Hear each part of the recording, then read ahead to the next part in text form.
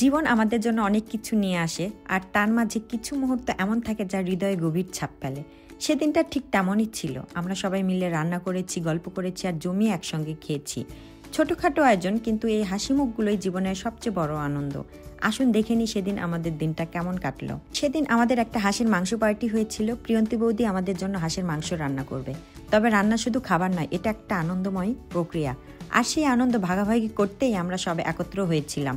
সংসারের কাজের ভিড় থেকে একটু মুক্তি, একটু আড্ডার কিছু অমূল্য স্মৃতি তৈরি করাই আমাদের উদ্দেশ্য ছিল। এই যে দেখুন, রান্না শুরুটা হচ্ছে পেঁয়াজ রসুন কাটা দিয়ে। প্রিয়ন্তী বৌদি আর জেন ভাবে একদম মন দিয়ে কাজ করছেন। রান্নার এই ছোট ছোট ধাপগুলোই আসলে পুরো প্রক্রিয়াটাকে আরো সুন্দর করে তোলে। এদিকে মশলাগুলো একেবারে রেডি আর ডাল সেদ্ধ হতে শুরু করেছে। রান্নার সময় মশলার সুগন্ধে পুরো পরিবেশটা যেন আরো প্রাণবন্ত হয়ে উঠেছিল। জীবনের মতো রান্নাতেও ঠিক সময় মতো সঠিক উপকরণ যোগ করা জরুরি। অন্নি ভাবি আর প্রিয়ন্তী বৌদি একদম নিবিষ্ট হয়ে মশলা কাটছিলেন। রান্না শুধু হাতের কাজ নয়, ভালোবাসা আর যত্নও মেশাতে হয়। ওনাদের মনোযোগ দেখে তাই মনে হচ্ছিল সেদিন রান্নায় একটা আলাদা সাজযোগ হবে। এদিকে আমি মন্ত্রকে কোলে নিয়ে তেমন কিছু করতে পারিনি, তবে সবার জন্য দুধ চা বানিয়ে দিয়েছিলাম। ছোট্ট একটা কাজ, কিন্তু এর মধ্যেও অনেক শান্তি আছে। আমি সবার কাপ ভরে চা ঢাললাম, আর মনে হলো এক কাপ চায়ের মতো সহজ আনন্দে জীবনটা ভরে উঠুক। দেখুন, চায়ের এক চুমুক খেয়ে মনে হচ্ছিল ক্লান্তি যেন নিমিষে দূর হয়ে গেল। জীবনের ছোট মুহূর্তগুলোতে যে তৃপ্তি আছে তা কোনো বড় অর্জনের সঙ্গেও তুলনীয় নয়। প্রিয়ন্তী বৌদি ডালে সম্বরা দিচ্ছিলেন, আর আমি সেলফি মোডে তার রান্নার বর্ণনা করছিলাম। ওনার রান্নার হাত দেখে মনে হচ্ছিল এই ডালের স্বাদ জীবনের সব তিক্ততা মুছে দিতে পারে। রান্না শুধু একটা কাজ নয়, এটা এক ধরনের শিল্প।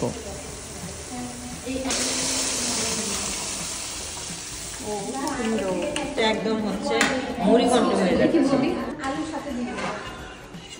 হাঁস পরিষ্কার করা অনেক কষ্টের কাজ, কিন্তু প্রিয়ন্তী বৌদি আর ঐশী ভাবি সেটা এত সুন্দর করে করলেন যেন কোনো ঝামেলাই নেই। এরপর পেঁয়াজ কষিয়ে গুঁড়ো মশলা দেওয়ার কাজটা বৌদি নিখুঁতভাবে করেছিলেন।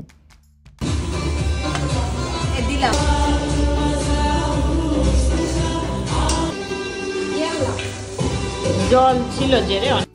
এই ফাঁকে আমি একটু রান্না করার চেষ্টা করলাম। সত্যি বলতে রান্নার প্রতিটা মুহূর্ত আমাদের আরও কাছাকাছি এনে দেয়।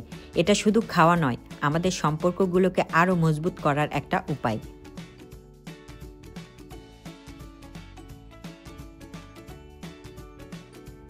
এদিকে আমরা গেলাম ঐশী ভাবির বাসায়। ওনার বাসায় অনেক সুন্দর পাখি আছে। নতুন পাখিগুলো কিছুদিন পর বাচ্চা দেবে।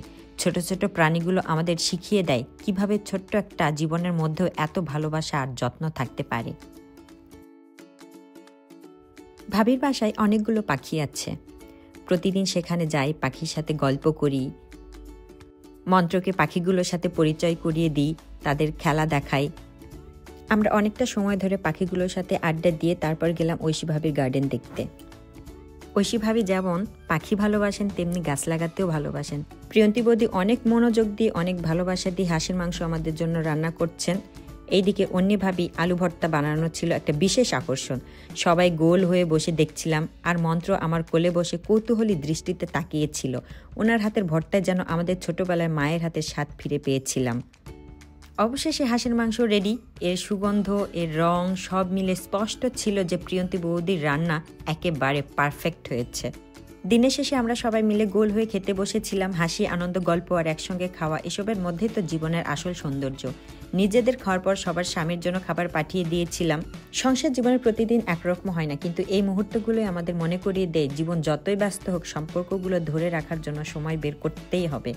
ভিডিওটি ভালো লাগলে অবশ্যই পেজটি ফলো দিয়ে পাশে থাকবেন।